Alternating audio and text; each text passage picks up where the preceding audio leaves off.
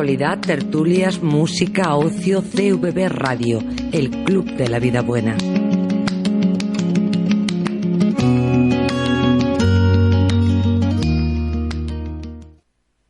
Por fin llego a final de mes. La nulidad de la cláusula de suelo en mi hipoteca me ha cambiado la vida. ¿Cómo lo has conseguido? No solo yo, 619.000 hipotecados conmigo. Hausbank, la Asociación de Usuarios de Servicios Bancarios, ha ganado una sentencia que elimina la cláusula suelo en las hipotecas. Y no te ha costado nada de nada y te ahorras un pastón. Sí, lo han conseguido sin ayudas ni subvenciones. Ahora necesitan todo nuestro apoyo. Yo le voy a dar la mitad de lo que me ahorro en un mes. Es de justicia, se lo merecen. Hausbank, 27 años defendiendo los derechos de los consumidores. Haz tu aportación económica para continuar con la lucha. Teléfono 91 541 61 61 o en www.hausbank.es.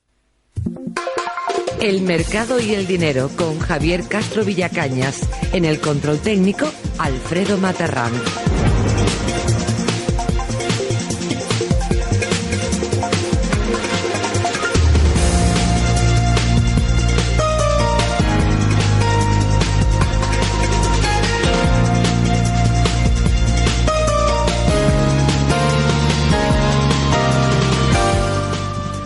Muy buenas tardes. Comienza el mercado y el dinero. Como podrán comprobar, yo no soy Javier Castro Villacañas. Mi nombre es Gemma Liste y hoy voy a presentar esta tertulia junto a los colaboradores habituales. Por motivos profesionales no nos puede acompañar Javier, pero sí que están como cada jueves a las 8. A mi derecha tengo a Javier López. Muy buenas tardes, Javier. Hola, Gemma, buenas tardes. ¿Qué tal? Luis Suárez también nos acompaña en la tertulia. Hola, Gemma, buenas tardes. Y hoy vamos a entrevistar a Jesús Palacios. Ha escrito una biografía personal sobre Franco. Él es periodista e historiador especializado en historia contemporánea, que nos hablará sobre este libro que recientemente ha sido publicado. Y nos acompañará hasta las 9 de la noche en este programa del Mercado y el Dinero. Muy buenas tardes, Jesús. ¿Qué tal? Buenas tardes, Gemma, y al resto de compañeros contertulios. Gracias por acercarte hoy a nosotros hasta aquí, hasta el Paseo Pinto Rosales 70, con esta tarde que hemos tenido en Madrid, que cada 5 minutos diluviaba. Bueno, es un placer estar aquí y también en esta tarde otoñal. Por fin entramos ya en el otoño. Hemos tenido una primavera otoñal, ahora ya entramos en el otoño, lo cual está muy bien. En fin, hay que ir a buscar hongos y setas también. Es la época, no es muy buena esta lluvia para las setas. Bueno, pues voy a dar paso a los colaboradores para que te pregunten acerca de esta novela que nos vas a presentar hoy aquí. Muy bien. Bueno, yo creo que la primera pregunta sí estaba pensando y me recuerdo que hay libros de Franco, pero para dar y tomar. Yo creo que es que todavía casi 40 años ya hace que murió, ¿no? El Franco, año que viene. El año que viene hace 40 años. Yo creo que todos los años siguen saliendo al menos un libro o dos relacionados con Franco, con el franquismo, con el régimen de Franco. Entonces la primera pregunta es: ¿qué aporta este libro, que es muy extenso? Yo creo que tiene 1000 y pico páginas, ¿no? 800 y pico páginas. Sí. 800 páginas. ¿Qué aporta esta biografía? Pues primero, la pregunta, la introducción es muy interesante, Javier, porque es cierto, Franco el año que viene hará 4 décadas, 40 años de su óbito, de su fallecimiento, y sin embargo, no solo durante el periodo del franquismo, en época de la dictadura, sino en el tiempo de la transición y durante estos casi también 30 y tantos años de transición democrática y de transición política, había una eclosión de libros, de monografías, de libros especializados o bien en la figura de Franco o en su época, en su tiempo, del estudio del franquismo, por numerosos especialistas, expertos, investigadores, historiadores, libros más de actualidad, de periodismo más inmediato. Internacionalmente exactamente lo mismo. Hay unos 150 monografías sobre Franco, y en España pasan de las 600, sin duda alguna, ¿no? ¿Qué es lo que aporta? Habría que decir por qué razón ocurre eso. ¿Por qué razón ocurre? Ocurre porque Franco no se ha resuelto. Quizá en la historia, o para los historiadores, para los investigadores, podía estar resuelto, porque entra en el debate de las ideas, en el debate de las posiciones, de investigar y de decir, de señalar, de escudriñar cómo fue su persona, su régimen, su tiempo de dictadura, pero no se ha resuelto políticamente. Y esa es la cuestión. Es decir, cuando se utiliza una figura en un sentido o en otro, en el aspecto político, entonces tenemos una permanente vigencia porque no se ha resuelto la figura de Franco y tampoco el régimen de dictadura del franquismo. Como tampoco, en síntesis o para cerrar ese ciclo, está resuelto el periodo de la Segunda República, porque sigue habiendo también un propósito por parte de ciertas ideologías en estos momentos, en el tiempo actual, que quieren reivindicar algo que no quieren que se cierre históricamente sobre el periodo histórico de la Segunda República, su tiempo de evolución, de eclosión, de fracaso y de empuje, en definitiva, que dio a la Guerra Civil Española.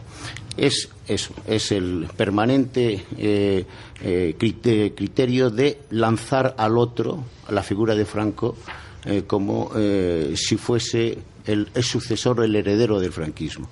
Traer a Franco a la política, eso es un grave error histórico. Claro, pero la figura de Franco, que efectivamente fue muy bien tratada durante los años en los que él estuvo gobernando en España, los casi 40 años, luego ha sido durante otro periodo prácticamente igual del tiempo muy maltratado, ¿no? Sí que ha habido crítica ya, Jesús, en el sentido de que este libro es más benévolo con la figura de Franco que otros que han salido en años anteriores. Yo no lo tomaría como una crítica, quizá como una observación en ese aspecto, ¿no? Precisamente, si lo decimos en el sentido, o si se habla en el sentido de hacer un libro objetivo, entonces alguien, desde una posición sectaria o con unos criterios ya muy determinados y muy inamovibles, que son inatacables porque tiene una posición fija y no lo va a modificar, puede decir que es un libro benévolo. Pero si tú lo ves desde un aspecto exclusivamente del análisis de la investigación, de la historia, del personaje, en su vertiente y en sus posiciones, sin ningún ánimo de tratarlo en ninguna posición de la hagiografía de la geografía del personaje, es decir, desde la mitificación o de la incluso deificación, casi, en fin, la elevación a los altares de la figura de Franco, o desde el aspecto contrario del sectarismo y de la crítica más acentuada, tenemos un equilibrio, un libro desapasionado, un libro de distancia en el tiempo, y presentamos un libro para el siglo XXI. Quien lo quiera ver así, pues está en lo correcto, porque ese ha sido nuestro objetivo y nuestro propósito. Quien mantenga o quien diga que es una posición más benévola, pues está muy equivocado. Este libro tiene una versión inglesa, editada es un libro académico a la vez de divulgación, editada en Wisconsin Press. Bueno, tengo que decir naturalmente que no soy solo el autor del libro. El libro lo hemos escrito el profesor Stanley Payne y yo, que posiblemente no, para mí y para muchísimos colegas de historiadores y académicos, es el número 1 en el hispanismo de historia contemporánea internacional. Sobre España. En esto de desmontando mitos, dices tú, por ejemplo, que mitos que se han ido fraguando en estos años, que no fue que fue una persona que respetó la legalidad de la República, sí, y que no fue el gran represor de la Revolución de Asturias, por ejemplo. Claro, como se ha venido diciendo eso lo mantenemos, y lo mantenemos con datos, y lo mantenemos en toda la esencia de la investigación académica e histórica al respecto. Otra cosa es la tergiversación en la historia. Es decir, si se quiere presentar a Franco como un monstruo y decir Franco conspiró desde el primer momento contra la Segunda República porque no la respetó, no la aceptó y estuvo conspirando constantemente, pues quien quiera pasar por ahí, por ese tamiz de la historia, esa realidad que es tergiversada y que no es correcta, que no es real, allá cada cual con lo que quiera pensar. Nosotros lo que mantenemos y lo que decimos es que efectivamente Franco no conspiró contra la Segunda República. Franco se suma a la rebelión militar en el último momento, cuando la Segunda República tiene muy poco de legalidad democrática, porque se ha destruido la democracia al final, por la polarización, el enfrentamiento, la confrontación y por un proceso revolucionario que está abierto en todos sus cauces. Y enfrente se posiciona otra postura contrarrevolucionaria. Y ese choque va a dar precisamente en el fracaso absoluto de la Segunda República, con ese proceso revolucionario de carácter socialista, de inspiración soviética en gran medida, frente a otro proceso contrarrevolucionario que va en una posición acentuada de la derecha, inspirado en esa eclosión o en ese auge de los fascismos en aquel momento en Europa. Quiero, Javier, perdona, porque quiero matizar algo de lo que has comentado anteriormente. De las reseñas críticas que una editorial académica, cualquiera norteamericana, lo hace, hay 5 académicos historiadores de reconocido prestigio y relieve internacional. Lo podéis ver en la contrasolapa, en la solapa de este libro, e incluso en el dossier de prensa que ha preparado la editorial. Uno de ellos es una persona de relevancia reconocidísima, como es Walter Laqueur. Walter Laqueur fue un perseguido. Sus padres fallecieron consecuencia del Holocausto, y es un escritor con sus posiciones, su pensamiento, es una persona muy reconocida. Walter Laqueur ha hecho una reseña crítica sobre este libro y a la vez, al tiempo que califica el régimen de Franco como brutal y despreciable y en muchos aspectos absolutamente ineficaz, dice también que posiblemente estemos ante la obra, el libro definitivo, la biografía de Franco. Eso lo dice él, no lo decimos nosotros. No sabemos si se podrá decir en algún momento que ya se ha hecho, se ha cerrado el libro definitivo. Pero nuestro objetivo era hacer un libro objetivo y desapasionado, con la distancia del tiempo, alejado de la geografía y alejado del apasionamiento de la crítica más sectaria. Y eso creo que lo hemos conseguido. No creo, estoy convencido y seguro que sí que lo hemos conseguido. Jesús, a mí lo que me parece es que este es un libro que marca, por decirlo de alguna forma, el día después, ¿no? Es decir, marca los pilares del estudio de la historia realmente como se produjo, y no mediatizado por componentes políticos como fue la transición, etcétera, etcétera, etcétera, o posteriormente las autonomías. Es decir, yo creo que la gran figura de Franco, yo sin ser especialmente conocedor de su figura, pero bueno, a mí me parece que en el fondo dejó una España en la que con unos claros logros económicos, logros sociales, como por ejemplo la consecución de una clase social, de una clase media muy importante, ¿no? Es decir, yo creo que cogió la sociedad española totalmente rota con la República, y sin embargo la consiguió aglutinar de alguna forma, ¿no? Les dio educación, les dio formación, les dio trabajo, etcétera, etcétera, etcétera. Sin embargo, en gran medida el estudio de Franco ha venido marcado pues un poco por determinados personajes de la transición, o por determinadas fuerzas de izquierda de la transición, que juegan un papel importante, y desde luego por las autonomías que han marcado una historia y que han roto, digamos, con el discurso histórico, ¿no? Es decir, que en un momento determinado realmente la figura Franco acabará siendo reconocida, y por eso digo que probablemente este libro es por la objetividad y por el estudio que habéis hecho, acabará siendo uno de los pilares de conocimiento real de la figura Franco, ¿no? Bueno, Luis, está bien planteado esto, y es lo que insisto un poco en lo que he dicho también con Javier anteriormente. La historia es la historia y la política es la política. Lo que no se puede traer es la historia a la política. Si tú traes la historia a la política, harás cualquier otra cosa, pero no harás historia, porque la trufarás, lo mezclarás con el apasionamiento, con las ideas sectarias propias, legítimas o no, sin duda, ¿verdad? Pero entonces haces otra cosa y lo utilizas desde el ámbito, desde el aspecto de la propaganda. A Franco se le puede enjuiciar y se le puede analizar como desde sus años de formación académica, sus años militares, sus años en Marruecos, su posición ante la Segunda República, su rebelión ante los jirones de lo que quedaba de Segunda República y un proceso revolucionario. Cómo llega a ser a la jefatura del Estado nombrado por sus colegas militares y a hacerse dictador.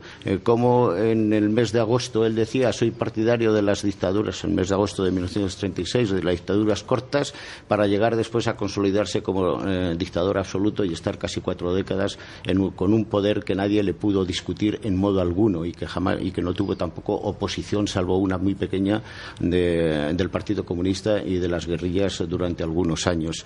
De la represión durante el régimen, durante algunos años, represión fuerte y dura durante algunos años del régimen.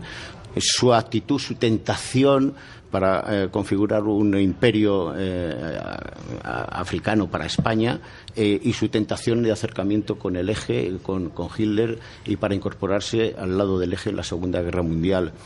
Sus años de aislamiento y de bloqueo, su resistencia para no ceder el poder en modo alguno con nadie, su juego con cualquier grupo político y con sus colegas militares a los que no permitió que fuesen un órgano corporativo y crearan un poder propio y personal. La evolución del régimen y el desarrollismo de los 15-20 años del régimen para configurar esa estructura, ese tejido de clase media abierta que hace que los españoles se conviertan en propietarios y que permita también, aun en contra de sus criterios y de sus principios, que sea la evolución para el establecimiento del sistema democrático. Todo esto se hace con Franco como dictador, en ocasiones queriéndolo él y en ocasiones no queriéndolo.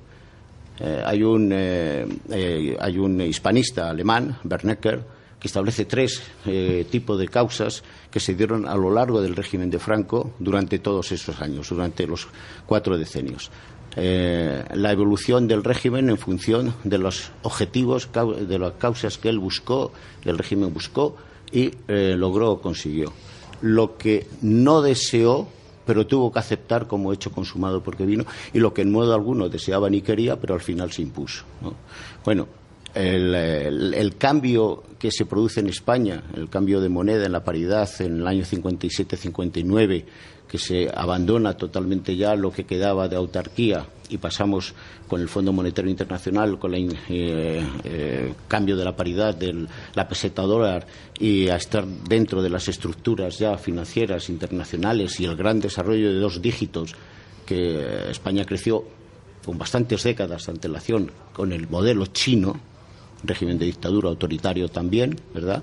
Y en aquel tiempo exclusivamente Japón tenía el mismo tipo de crecimiento. Fue el país que más creció en el mundo durante estos 15 o 20 años, ¿no? Eso se logró y se consiguió no siendo perseguido por la idea de Franco, pero la aceptó porque después tuvo unas consecuencias positivas. Y sin embargo, en contra o paralelamente modificó lo que para Franco era una contrarrevolución cultural en la educación y en la formación también religiosa, y modificó los parámetros de esa nueva generación de españoles, y que no vio el régimen, y el régimen se quedó desasistido porque tampoco tenía una ideología que lo sustentara. Es decir, todo eso hay que explicarlo para poder comprender por qué se hace la transición, de qué modo y manera se dice el milagro de la transición, que si lo analizamos no fue tanto, sino era una consecuencia lógica de, la base de la transición estaba en esa clase media que se creó. Claro, es algo demandado por la sociedad. Lo que pasa, Jesús, que yo creo, yo creo que es decir, Franco, tú lo comparas con dictadores actuales, ¿no?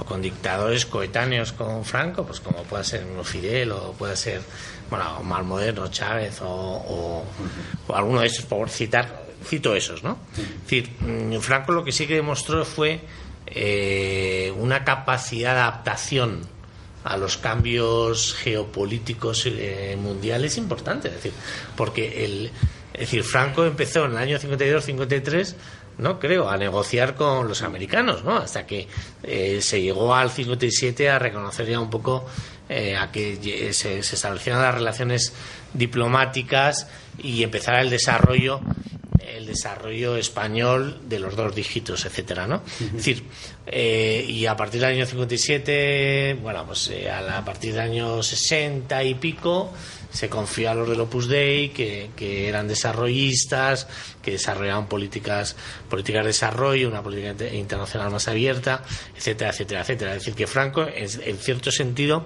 lo que iba es adaptándose a un poco a las circunstancias, no sé si forzado o no forzado. Sí, bueno, si quieres, no, lo único, yo te quería, decir, aquí hay 2 modelos de transición, ¿no? Es decir, en el mundo, por decirlo de una forma, yo veo, es decir, o la revolución, ¿no? Es decir, si cae el sistema, como pasó en Alemania o pasó en Polonia, en Rusia, en los países del muro de Berlín, en los que caen las estructuras políticas y sin tener desarrolladas las estructuras económicas, y por tanto acaba siendo un caos, ¿no?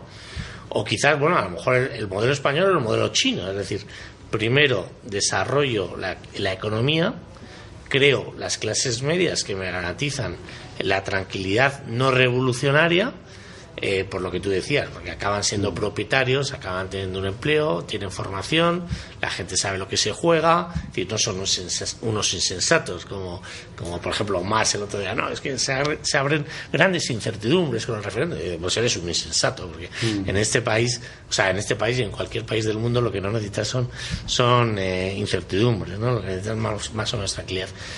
¿A ti no te parece que ahí el modelo es así? Es decir, que son dos modelos de transición totalmente. Yo no sé si Franco lo tenía planificado, pero en el fondo le salió bien. No, él lo que tenía planificado era una sucesión en su régimen, en la jefatura del Estado, al designar a una cabeza coronada, es decir, a un monarca, a un rey, que iba a conservar las estructuras principales del régimen. Él no pensaba que se iba a modificar o a... No es ingenuo eso. Él lo pensaba. Es porque es verdad lo que dices, Luis, que Franco se fue adaptando, porque era ecléptico también. Él se fue adaptando y además él tuvo que guardar ahí, repartir juego entre grupos muy distintos que le apoyaban, porque estaban los falangistas, que tenían muy poco que ver con sectores a lo mejor de la derecha más clásica, los monárquicos, luego llegó el Opus Dei, los desarrollistas, y él al final se mantuvo ahí durante 40 años repartiendo el juego entre ellos. Pero efectivamente, pero a distancia, ninguno de ellos tuvo poder. El poder lo tuvo Franco. Siempre. Y dentro de ese reparto de juego a él le podía venir muy bien, y contemplaba como en el año 40-41 sus compañeros militares que le han aupado al poder y que le han ayudado a ganar la guerra, también la parte civil de quienes pretendían una revolución social, como era la Falange, que era el pensamiento más moderno en aquel momento político. Ese enfrentamiento no económico le puede venir bien, le venía bien, y lo permitía, porque no se cuestionaba para nada su poder. De la misma forma después con los cristianos demócratas o la democracia cristiana, o después con otro tipo de grupos políticos. El cambio hacia los tecnócratas a partir del año 57-59 no forma parte de ninguna estructura de ideología política, son técnicos, pero también le viene bien y se apoya mucho en ellos. Es decir, se fue apoyando dentro de esas posiciones que tenía que modificar. La España de 1939-40, con un poder emergente y fuerte como son el nacionalsocialismo y los fascismos en general, tiene una posición política para el régimen. Y si Hitler hubiera triunfado en la guerra, posiblemente se hubiera instituido un régimen semifascista en España. Pero Franco no tenía un pensamiento fascista, era de derecha.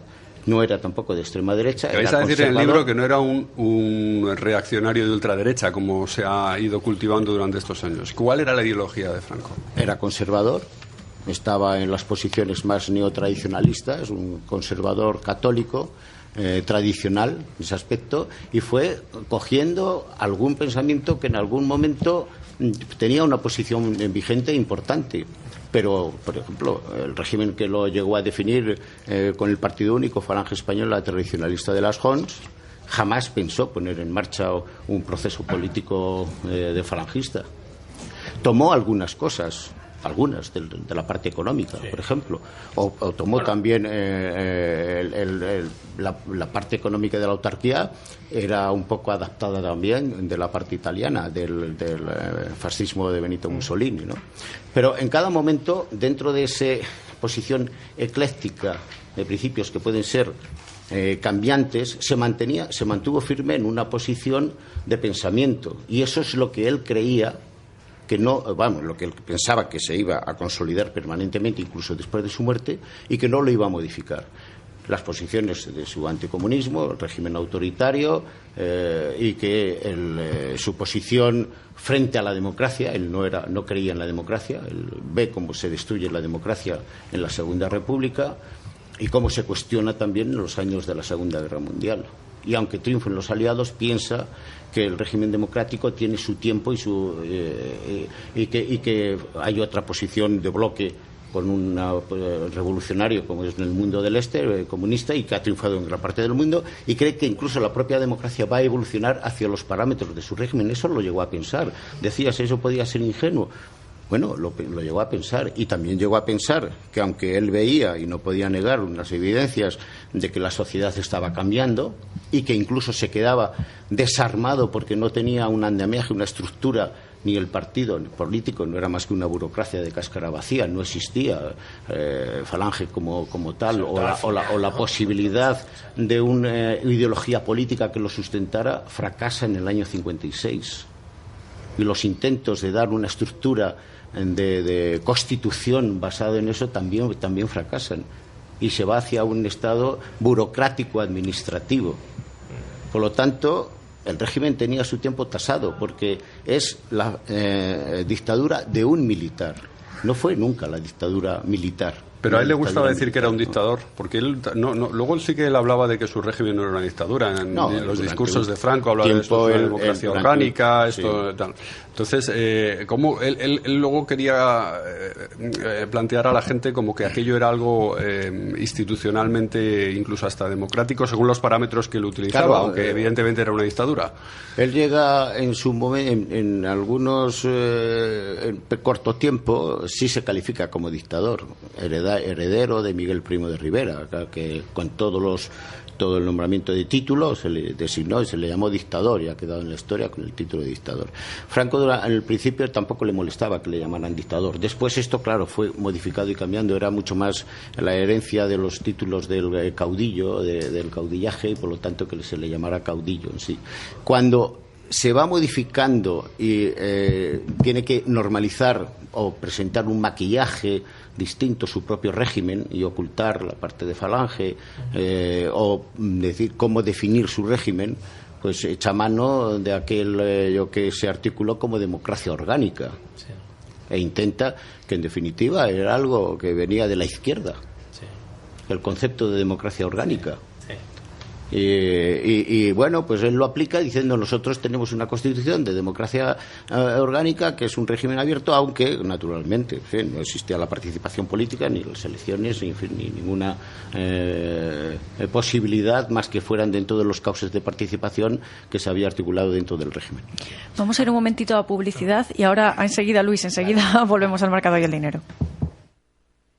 Para Banco Popular no hay negocio pequeño. Y quiero que te lo diga alguien que tiene un negocio como el tuyo. Somos Adriana y Virginia, emprendedoras. Abrimos hace un par de años, pero ahora necesitábamos dar un paso más. Y en el Banco Popular no solo encontramos la financiación que necesitamos para crecer, también el apoyo y la confianza de gestores especializados. Ven a Banco Popular, un banco a la altura de tu negocio. Tú no lo sabes, pero lo eres todo para mí. Por eso pienso esforzarme para que cuando me conozcas quieras quedarte a mi lado. Hazte ahora cliente de Bankia y disfruta de 6 meses sin comisiones en tu cuenta, transferencias y tarjetas. Sin compromiso. Te estamos esperando. Tú decides cuándo. Bankia. Consulta condiciones en oficinas Bankia y en bankia.es. Si tienes una pyme, somos tu mejor socio para crecer. Con Santander Advance te ofrecemos formación, empleo y la financiación que necesitas para tu día a día y para el futuro, para hacer negocios aquí y en el extranjero. Descubre todo lo que podemos ofrecer a tu pyme en santanderadvance.com. Santander, un banco para tus ideas.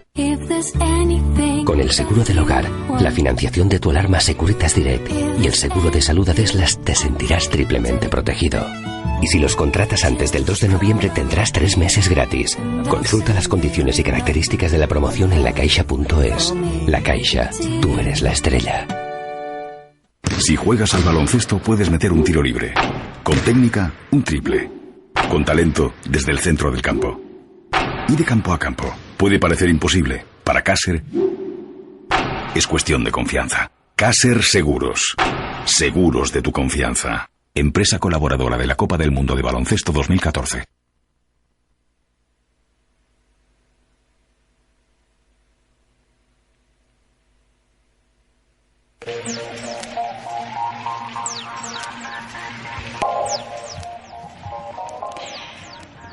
Tenía la palabra pendiente Luis para preguntar a Jesús Palacios, pero antes de que preguntes, Luis, te hago un segundo corte muy breve para presentar a Juan Antonio Tirado, periodista que se acaba de incorporar a la tertulia. Muy buenas tardes. Un placer, como siempre, estar en vuestra tertulia y sobre todo para hablar de un tema de estas características, ¿no? Que siempre es interesante remover la historia. Y hay muchos que la historia la quieren borrar, o la quieren apartar, o la quieren pensar que no ha pasado, ¿no? Y muchas veces pensando que no se habla de esas cosas, pues como si no hubiera pasado. Yo creo que es interesante. Importante conocerla. Como siempre, todo lo que escribe me parece siempre interesante. Adelante, Luis. Sí, a mí me gustaría, bueno, simplemente por lo que estaba diciendo antes, creo que a lo mejor cuando tú le definías a Franco, una persona de derechas, no de extrema derecha, y una persona pues con una cierta ideología razonable y tal, quizá a lo mejor habría que utilizar una frase que está muy de moda ahora, ¿no? Que es lo que en el fondo era un indignado, ¿no? De derechas pero indignado, como hay mucha gente ahora que está indignada, ¿no? Es decir, por todo lo que estaba pasando pues con la Segunda República, etcétera, etcétera, etcétera, con las guerras de Marruecos, etcétera, etcétera.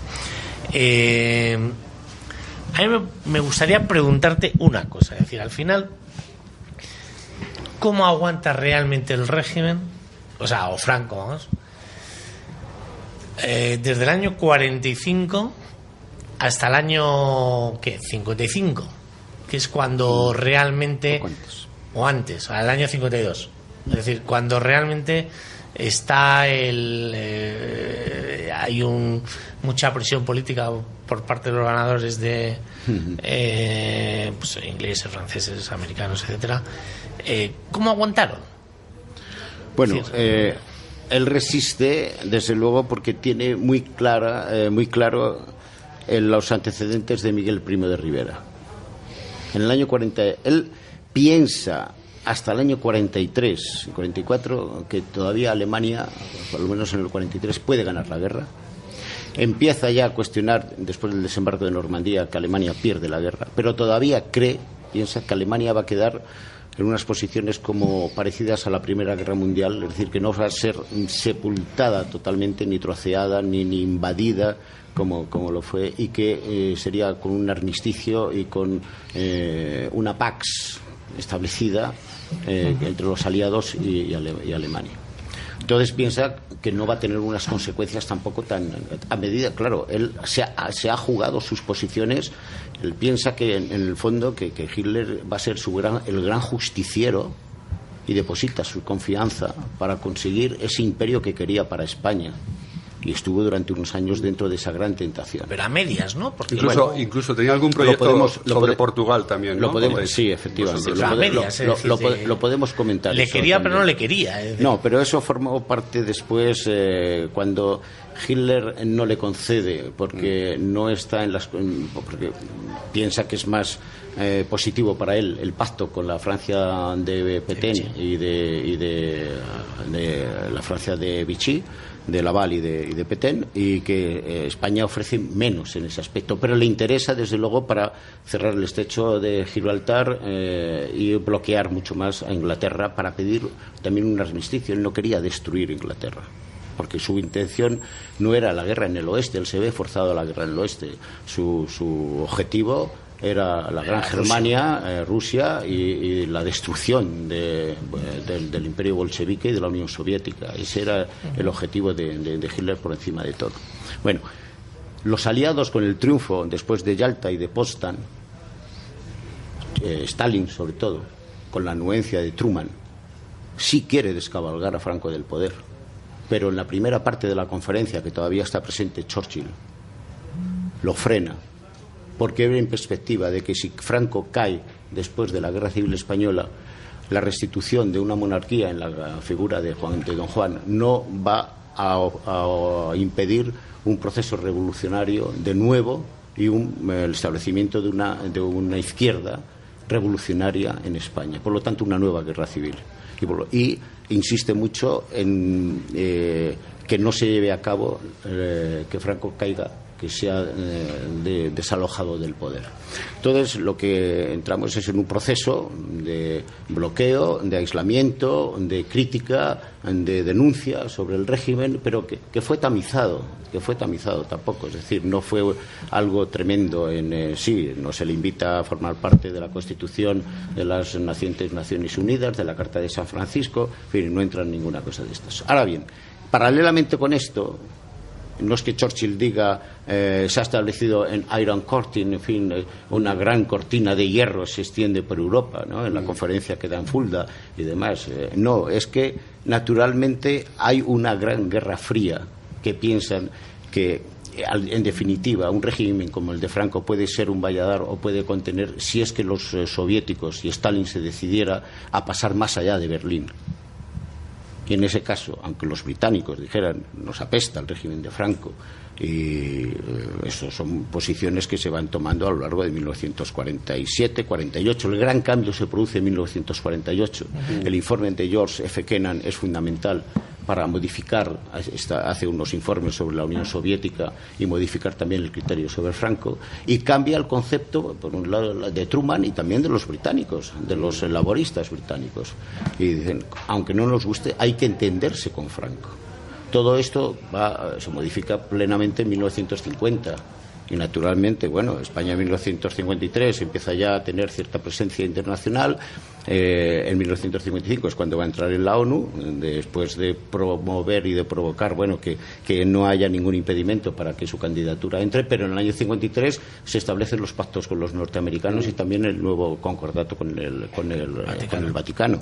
Eso ya permite una rehabilitación de su imagen y de su figura, parcialmente en el aspecto internacional, pero eso ya va a ser un sostén de equilibrio también para su propio régimen y de evolución. Entonces la situación cambia, fue muy dura desde el año 46 hasta el 48, 2-3 años. Se pudieron sostener bien también con lo que, rompiendo el bloqueo, gracias a los barcos de trigo y el apoyo que recibimos de España, de Argentina y de otros países, y a partir del 48 la situación cambia. La situación con el 48 es muy diferente. La visita que hace Eisenhower a España, que creo que fue en el año 50 y... Diciembre del 59. 59 es el antes y el después, ¿no? Es cuando ya Franco se presenta ante el mundo como un dictador, digamos, apoyado plenamente por los Estados Unidos y integrado en el mundo occidental. Claro, bueno, el régimen ya tiene un concepto autoritario, es una dictadura, pero más moderada, van cambiando, la represión se ha modificado muchísimo también, en fin, se ofrece otra cara, y tiene una cierta carta de rehabilitación internacional y empieza a tener relaciones con los países cercanos en Europa y con otros, en fin, en general en todo el mundo, e incluso empiezan también a tener ciertas relaciones y contactos con los países del este, que se van a ir todas estas concretando a mediados de los años 60, ya con Gregorio López Durão como ministro de Asuntos Exteriores, ¿no? Claro, todas estas evoluciones pues van modificando mucho la cara del propio régimen en sí mismo. O sea que el régimen tiene muchas fases, por decirlo de alguna manera. Claro, sí, tres grandes fases. Tres grandes fases. La fase que va de la victoria en la guerra civil hasta el año 43-45, la que va desde el 45 hasta el 57-59, y después la del gran desarrollo del 59 hasta el 75. Porque en algún momento en esas tres fases Franco piensa en abandonar el régimen. En absoluto. Nunca lo pensó. Jamás lo pensó, aunque alguien se lo pudo proponer cuando designó al príncipe Juan Carlos en julio del 69, en el año 70, 71, 72, cuando desdobla la jefatura del Estado con la jefatura del Gobierno. En mayo del 73 designa a Carrero Blanco presidente del Gobierno, que podría haber dado ese paso, pero en modo alguno. Jesús, ¿Cuál era la opinión, ahora que dices, del príncipe don Juan Carlos, de Franco, la opinión más íntima de Franco sobre el anterior rey Juan Carlos? ¿Él pensaba que iba a haber un cambio tan brusco de régimen una vez que el rey Juan Carlos asumiera la jefatura del Estado? Es posible que lo sospechara en parte, pero confiaba en él, porque él conocía que el propósito en el año 66, 3 años antes de que lo designara, tuvo conocimiento a través de los servicios secretos de policía que el príncipe se manifestaba partidario de un régimen democrático y sobre todo de buscar no una gran avalancha de partidos políticos, pero sí ir al clásico turnismo histórico de España y con 2 grandes partidos, uno de izquierda y otro de derecha. Pero eso, e incluso las declaraciones que una vez ya que fue designado Juan Carlos, que hacía en el exterior, en España, en donde se manifestaba también partidario de una constitución democrática o de, bueno, si no hablaba de constitución, pero ir hacia un régimen de libertades y en expresión puramente democrática. Le decía, fuera hay que decir unas cosas que dentro no se deben de decir, ¿no? Pero no pensó nunca que se pudiera llevar, es decir, que después de él se iba hacia un establecimiento de una democracia similar, parecida, igual a la de los regímenes del resto de Europa.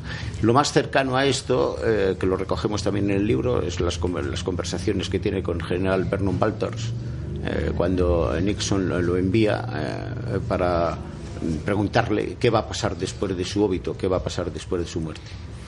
Y le va contando una serie de cosas de que no, en España no va a ocurrir absolutamente nada, pero desde luego no le habla de que ni la gran clase media ni que después de él va a venir un régimen similar al resto de Europa. Es decir, él pensó siempre, o confió al menos, que Juan Carlos iba a mantener la estructura de esa monarquía autoritaria más clásica y más tradicional, y no una monarquía constitucional parlamentaria. De todas formas, es una generosidad no solo de Juan Carlos, sino de los propios franquistas.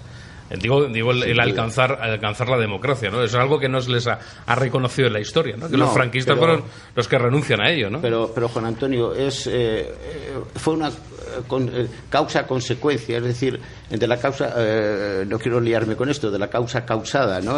Es que no había otra posibilidad y otra salida, es decir, es que el régimen, una vez muerto Franco, no había ninguna... Y sin estar Carrero Blanco, que quizá habría que poner ese punto, ¿no? Ni siquiera con Carrero Blanco. Carrero Blanco no hay ningún mantenedor, porque el régimen no tiene una ideología política que lo sustente. O sea, el régimen era Franco. El régimen es Franco. Y el régimen tiene el tiempo tasado ya en vida de Franco de que una vez muerto Franco el régimen va a cambiar, se va a modificar. Yeah. La modificación en el sentido, hicimos algún avance antes sobre la transición, de la idea que podía tener Torcuato Fernández Miranda, que fue preceptor del príncipe después del rey Juan Carlos, era una. La que llevaron a cabo el rey y Suárez fue otra completamente diferente. Es decir, ahí podemos ya meternos en cuál fue el camino, la vía de por dónde ir hacia qué sistema democrático. Fraga tenía la propia, pero el rey no confió jamás en Fraga. Si el desarrollo democrático hubiera sido de Torcuato Fernández Miranda, que murió en el ostracismo y apenado después de cómo se estaba llevando a cabo el proceso democrático en España, o el de Fraga, quizá en estos momentos tendríamos desde luego un desarrollo constitucional y democrático muy diferente y seguramente peor, ¿no? Con un, yo no sé si peor dudo que fuera, yo dudo que bueno, sea más que suficiente. Dudo que sea algo peor de este amplio sistema de corrupción en el que nos estamos bañando, ¿no? Pero posiblemente lo que es seguro es que no se hubiera llevado a cabo un proceso de constitucional de autonomías abiertas y de hacer algo que no tenía tampoco en el estudio del desarrollo constitucional, en el derecho internacional comparado, nada similar, nada parecido a lo que se ha hecho aquí. Es curioso, no, pero no solo una cosa. Es que tú que has escrito un libro sobre corrupción en democracia. Sí. ¿Había algún blesa en el régimen de Franco? Hubo algún caso de corrupción, ¿no? Como el caso Maltesa, ¿no? El hermano de Silva, el hermano de Solís. O sea, bueno, y el propio Trabajo, y también se vio mezclado su hermano Nicolás Franco, ¿no? En algunas cosas. A ver, nosotros hablamos de la corrupción en el régimen de Franco.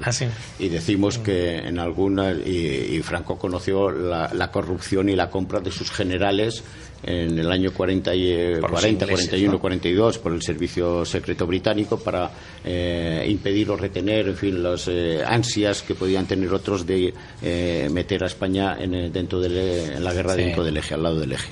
Bueno, claro que hubo casos de corrupción y claro que había corrupción. En absoluto Franco se mezcló jamás en ningún hecho de corrupción. No se le conocen y analizamos también las cuentas corrientes, los dineros que tenía. En fin, no se puede decir ni simbólica ni realmente que Franco se mezclara en ningún hecho de corrupción o que se utilizara o se valiera de su poder absoluto para enriquecer su enriquecimiento personal. Otra cosa fueron tangencialmente miembros de su familia o de la familia política. Eso por un lado. ¿Conoció casos de corrupción en políticos? Sí. ¿Los permitió? Sí, porque era parte también de ese juego de equilibrios entre las diferentes facciones y que también le venía bien. El escándalo mayor del régimen, podemos decir que fue lo de Montesa, materiales y tal, esto de telares de lanzadera y demás, en fin, ya en pleno desarrollo económico en España, en el año 69, 70 en adelante, ¿no? Ahora bien, eso que fue el escándalo político, el económico mayor de corrupción que ha habido, si lo comparamos, si se puede decir un estudio comparado, bueno, entre la corrupción en la dictadura, todos los regímenes de dictadura son, pues, en definición por sí mismos corruptos. Pero el régimen de Franco, con la corrupción democrática de estos años aquí en España, es incuestionablemente, es que no se puede ni siquiera comparar. O sea, no tenemos ejemplos que poder mostrar de todo lo que estamos presenciando y viendo aquí a lo largo de estos años. Luego hay algún capítulo en el libro que también ahora se está hablando de ello, que es, por ejemplo, el de la bomba atómica, ¿no? Habláis de ello, ¿no? Que había un proyecto ya bastante avanzado para fabricar una bomba atómica en España. Esa es otra de las desmitificaciones que hacemos en el libro, dentro de las aportaciones que hay, que son fundamentales e importantes. Desde los años 50, o mejor dicho 48, se venía especulando y haciendo críticas de que España buscaba, por encima de todo, tener la bomba atómica, y que incluso había unos laboratorios cerca de Madrid, en la localidad de Ocaña, con físicos que habían salido de Alemania, de la Alemania Nacional Socialista, y que estaban desarrollando. Esto lo decían responsables políticos internacionales, gente que estaba en política y acusaba el régimen de Franco, busca la bomba atómica. Bueno, lo cierto es que sí hay un desarrollo en los estudios, en toda la parte técnica de investigación científica por físicos españoles, y en la mitad de los años 60 España está en condiciones ya de tener, porque tenía todos el desarrollo para obtener la bomba de enriquecimiento de plutonio a través de la fisión nuclear, la bomba atómica. En el año 66, en la primavera, en mayo, se produce el accidente aéreo de 2 aviones norteamericanos que chocan en el aire cuando se están reabastecimiento. Uno de ellos venía desde Turquía. Son de estos aviones que estaban sobrevolando en plena Guerra Fría los espacios de las fronteras soviéticas, y traía 4 bombas atómicas. Esas bombas eran de termonucleares, con una capacidad de destrucción muy superior a las que se lanzaron en Hiroshima y Nagasaki. Esas bombas no estaban armadas, no estaban activas, y cayeron en el suelo de Palomares. Eso lo recordamos en 1966, con las famosas fotografías del ministro de Información y Turismo, Fraga Iribarne, bañándose en las frías aguas de Palomares en Almería, con el embajador Dick, etcétera, ¿no? Franco tiene una conversación con el entonces vicepresidente del gobierno, Agustín Muñoz Grandes, y con quien es el general que era el artífice del desarrollo de la investigación de las armas, de la investigación atómica. El desarrollo táctico, teórico, técnico, de investigación, físico, todo eso estaba hecho. Faltaba el reactor. El reactor lo ofrece De Gaulle en el año 61-62. Y además ofrece una alianza estratégica de defensa a España, porque cree que España debe tener la bomba atómica, de la misma forma que le ofrece otro reactor también a Israel, para que también el Estado de Israel tenga la bomba atómica también. El Estado de Israel va a conseguir, años después, tener la bomba atómica. Ese reactor se instaló en Vandellós, en la provincia de Tarragona, en el año 72. Si España el Vandellós 1, si España hubiese seguido con el desarrollo de investigación física de la fusión nuclear para el enriquecimiento de plutonio, en el año 72 había tenido sus primeras esferas de bomba atómica. Pero en el año 66, como consecuencia de ese accidente aéreo, Franco habla con Muñoz Grandes y le ordena que se paralicen el desarrollo de las investigaciones y que se siga adelante con la investigación para lograr y conseguir la bomba atómica. Y el único argumento que él ofrece y que da es que no quiere volver a tener una confrontación, enfrentamiento con los norteamericanos, someterse a un posible nuevo bloqueo, y que ante la posibilidad de tener la bomba atómica es mucho más interesante mantener las cosas como están. Es decir, no es Franco quien quiere buscar y tener por encima de todo la bomba atómica, sino que él paraliza e impide que España llegue a tener el arma nuclear. Luego es una razón más del pragmatismo que hablábamos antes, ¿no? Pero a mí me gustaría profundizar en la figura, que yo creo que es tremendamente desconocida, de Carrero Blanco. Yo nunca he sabido si la muerte de Carrero Blanco fue buena o malo para el régimen, es decir, o si Carrero jugaba un papel o jugaba otro, ¿no? Es una gran incógnita que tengo y hombre, probablemente... Es política ficción eso. Bueno, pero oye, Jesús es historiador, pero puede su opinión. Forma parte también en esto de las ucronías que los historiadores analizamos también, ¿no? A ver, Carrero Blanco como capitán teniente de navío está junto a Franco ya en el año 40. Desde ese momento va a estar con mayor o menor cercanía o intensidad, aunque nunca fue amigo de él y nunca tuvo una relación de verse en cacerías o de verse de comer habitualmente o de esto, pero va a ser el gran intérprete de Franco. Y cuando es designado presidente de gobierno podía ser definido como su alter ego, ¿no? Pero Carrero Blanco era por encima de todo una persona que se acomoda también, acomodaticia a ese pragmatismo de entender a Franco y de seguirle dentro de sus conceptos también políticos e ideológicos que tenía, de la misma forma que es partidario de que en la sucesión se haga sobre el príncipe Juan Carlos como rey y de servir también al rey. Pero Carrero Blanco no tenía ninguna ambición política, no tenía absolutamente ninguna. Y si el príncipe designado rey le hubiera dicho en el primer momento sus servicios están prestados de la misma forma que hizo con Carlos Ares Navarro, Carrero Blanco hubiera abandonado y dejado el poder sin obstáculo alguno. Es decir, el asesinato, el magnicidio ejecutado por las manos de ese comando de ETA, pero la parte intelectual, la mano intelectual, quien meció y quien movió aquello, que fue política, con un objetivo político. Extranjera. O nacional. O nacional. O nacional. O nacional. Pensando que con eso cercenaban y cortaban la continuidad, una vez muerto Franco, del propio régimen. Si creían eso, tenían un desconocimiento absoluto de cuál iba a ser la propia evolución del régimen y del sistema. Porque vuelvo a insistir, o sea, sin Franco se desploma absolutamente como un castillo, porque era una cáscara vacía, una burbuja, no tenía posibilidades de continuar. El movimiento, estructura, no quedaba más que como cartas de naipes puestas que se pueden, o unas fichas de dominó que con un ligero golpe se hubiesen desplomado o se hubiesen caído. Es decir, fue absolutamente inútil el asesinato, el objetivo político, puesto en comparación con los otros 3 asesinatos políticos, aunque fueron 4, pero llevados a cabo por anarquistas o presidentes de gobierno, tenían un objetivo político directo a aquellos. Cánovas, en fin, bueno, los Prin, etcétera, ¿no? Pero no el de Carrero Blanco no tuvo ninguna consecuencia política, porque no la hubiera tenido.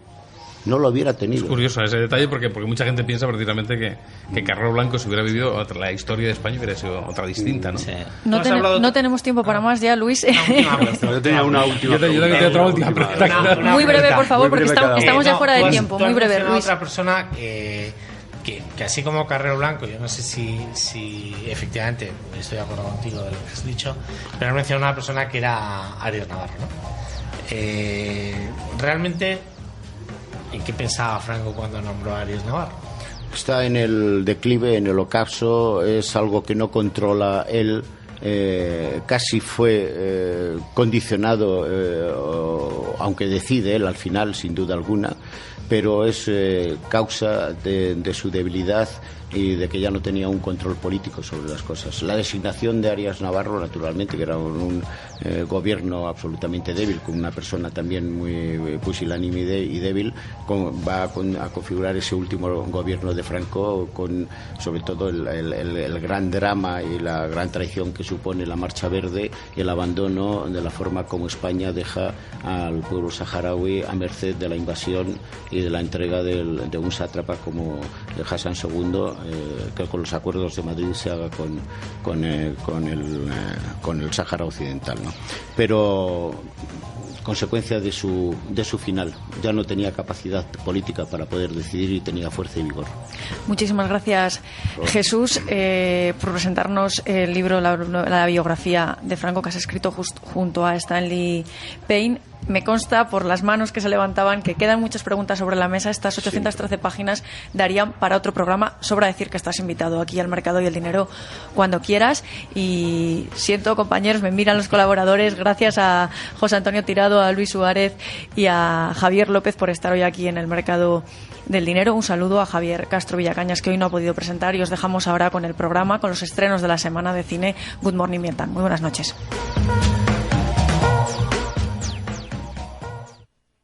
Para Banco Popular no hay negocio pequeño. Y quiero que te lo diga alguien que tiene un negocio como el tuyo. Somos Adriana y Virginia, emprendedoras. Abrimos hace un par de años, pero ahora necesitábamos dar un paso más. Y en el Banco Popular no solo encontramos la financiación que necesitamos para crecer, también el apoyo y la confianza de gestores especializados. Ven a Banco Popular, un banco a la altura de tu negocio.